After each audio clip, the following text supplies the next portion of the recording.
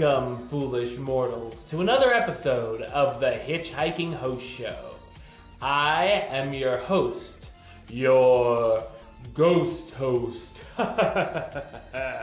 Wes Troop, and I am back this week with another Trending Topics episode. Well, let's see what's going on down in the Disney parks this week, shall we? Oh, and there's also a little bit of Universal in there too. So, let's check out what's in the news.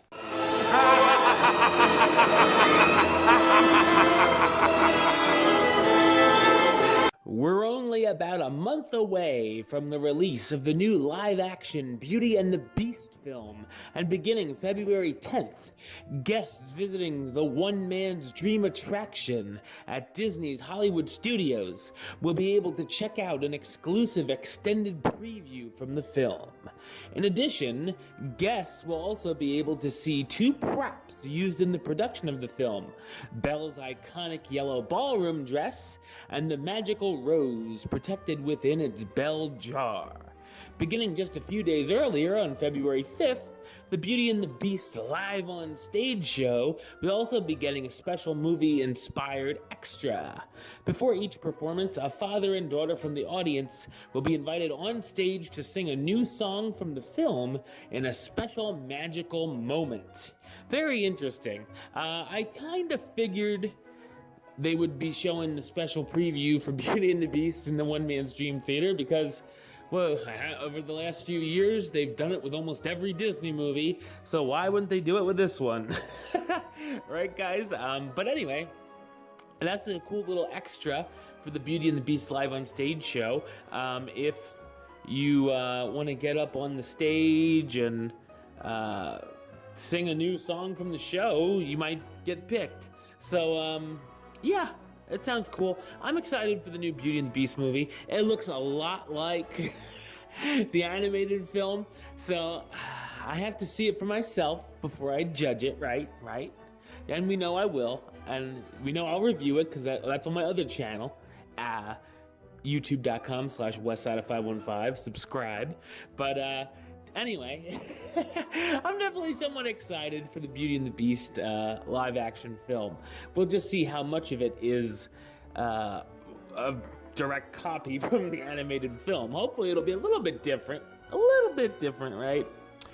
And speaking of Disney's Hollywood Studios, as of right now, the official Walt Disney World calendar currently shows that evening extra magic hours at Disney's Hollywood Studios will be discontinued in just a few weeks, after February 24th.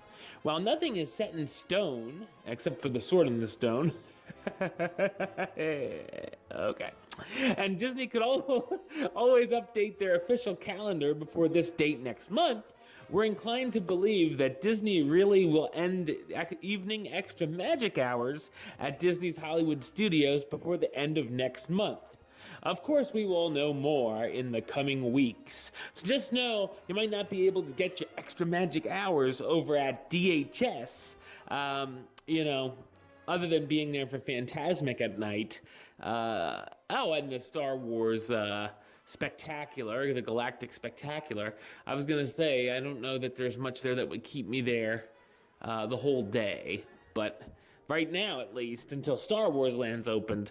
So I don't know that I would need the extra magic hours anyway at night at Disney's Hollywood Studios, because there's 5 things to do now there? You could probably pretty much, if you don't see all the shows, you could probably pretty much be done in 2.5 hours if you have fast passes.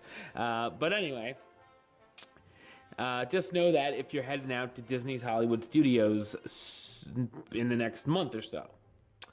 Though the Magic Kingdom's character lineup has been pretty stable since last fall, fan favorite Mary Poppins has returned to this park in recent days at a new location and can now be found at the Liberty Square gazebo. It's unknown whether this is a temporary or permanent change. So if you are interested in meeting Mary Poppins and you want a spoonful of sugar, I have no idea.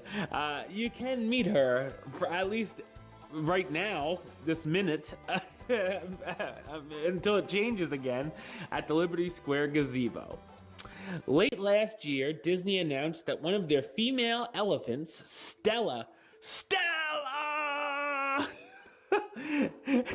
we're park hopping to Disney's Animal Kingdom, in case you hadn't noticed, had given birth to a healthy baby girl.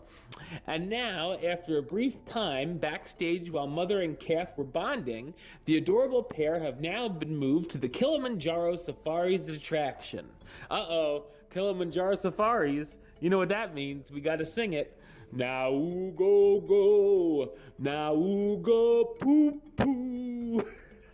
Anyway, where they can be seen every day interacting with the other elephants who call this attraction home. And that's right, on my second to last vacation at Walt Disney World, I did get to see a baby elephant, and I almost passed out because I was so excited. I was like, the baby! Anyway, so I will definitely be looking out for more baby elephants, and you should too on your next trip on Kilimanjaro Safaris. Heading over to Disney Springs. The Disney Springs at Walt Disney World Resort is now offering a new personal shopping upcharge experience that allows guests to shop side by side, with fashion expert Melanie Pace. Never heard of ya. Hope you don't watch the show. Anyway, I know you don't. These special sessions cost $250 per hour. No wonder I never heard of you. Although I have paid money for women's expenses. Anyway, family show and include a personalized one-on-one consultation with a proven fashion advisor, fashion recommendations, and beauty tips.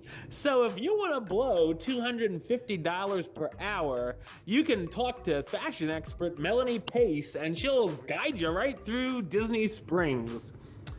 Alrighty then. We know what thing I won't be doing on my next vacation, because why the hell would I? Anyway, if that is your fancy, there you go. After a few delays, the reimagined Planet Hollywood Observatory restaurant is now open at Disney Springs. The 4-story restaurant now features several all-new spaces, including a 4,500 square foot video wall that uses Trompe L'Oeil 3D technology. Wasn't that like a Daddy Yankee song? Trompe, Trompe. Oh no, that was Rompe, sorry. Images with such realism that they appear to be three-dimensional, as well as thousands of pieces of movie memorabilia, of course, that, is still there, I'm sure. The menu has been overhauled with a selection of over-the-top burgers and sandwiches by celebrity chef Guy Fieri, the guy my mother hates, hand-dipped supernova milkshakes, and plenty of desserts. This sounds very cool. I'm definitely interested in checking out the Planet Hollywood Observatory. It sounds like Jeff Goldblum, the observatory, and next time I go to Disney Springs, I will definitely be checking out the observatory. Also at Disney Springs, Paddlefish, which is the new restaurant in the former spot occupied by Fulton's Crab House. You know, the big boat on the water that you can eat on. Now it was downtown Disney, now it's the Springs, is now set to open next week on February 4th, 2017. Once open, guests will be able to order classic dishes from Fulton's Crab House, such as the lobster corn dogs and crab legs, as well as some new options, such as lobster risotto, jambalaya, and more. That's right, and it's only at the Paddlefish restaurant. See, I think I should do those tips for in the Disney hotel rooms. Stacy, I'm coming for your job. Watch out, girl. All right. And finally, we're going to sell out and head over to Universal, because though we know that Volcano Bay is opening sometime this year, Universal Orlando Resort announced the other day that the brand new park, which they're still referring to as their third theme park instead of just a water park, will be open on May 25th, The announcement definitely came as a shock, as much of the park is still under heavy construction, but it seems that Universal wants to get Volcano Bay open before the busy summer tourist season starts. And of course, that's not bad business, that's a good idea, because it is a water park. I'm interested in to see what kind of things they'll have there that would be different from any other water park. Most water parks are, you know, a lot the same, except maybe they'll have some really big slides or something, or I don't know, a naked bathing pool. Who knows? It's Universal, guys. Or actually, you know what they could have? A humongous screen. And you're not actually in the water, but the screen makes you feel like you are, and it splashes water on you. Maybe that's what it's like. Who knows? But anyway, if you're interested in Volcano Bay, just know that it's going to open May 25th. All right, well, that's the show. I'll be back next week with another Trending Topics episode, as well as a Hitchhiking Host Show 101, where we talk about the history of a certain Disney attraction. But until then, don't forget to subscribe right here on YouTube, youtube.com/HitchHostShow. You can like the show on Facebook, facebook.com/HitchHostShow. Follow on the Twitter @HitchHostShow. And if you want to listen to the show, or you are listening to the show, you can do so over on Podbean. It's hitchhostshow.podbean.com. And of course, you can search under West Troop or the Hitchhiking Host Show on iTunes or Stitcher. Until next time, don't forget to hurry back for the next episode. See ya.